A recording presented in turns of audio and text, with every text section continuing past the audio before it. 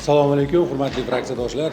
Kun tartibidagi masalalarni muhokamasiga o'tishdan oldin ayrim masalalar bo'yicha ikki og'iz fikrimni aytib o'tmoqchiman. Sohibqiron Amir Temurning birgina gapi kuch adolatda ekanligi, Amir Temurning siyosati hamda tarixi, dunyoqarashi, falsafasi bugun dunyoga yetishmayotgan eng muhim masalalardan biri ekanligini ta'kidlab o'tish uchun asos yaratiladi.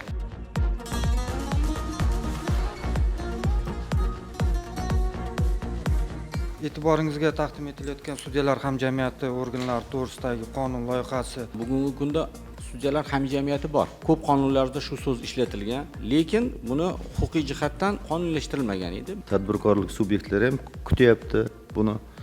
Ularga ham yengillik beradi, qulaylik beradi.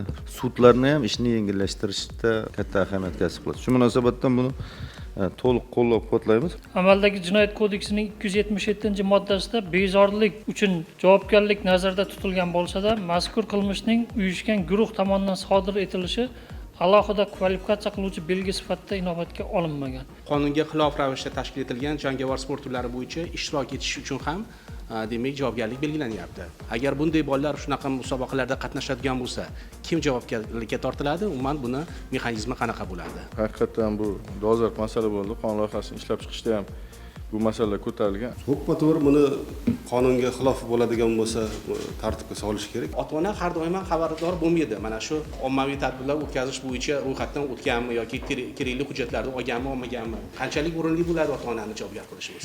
Ota-onaga shuning uchun mas'uliyat yuklaydi. Bolaga surishtirishga majbur. Bu joyda mas'uliyat baribir bo'lishi kerak bolaga nisbatan ota-onadan.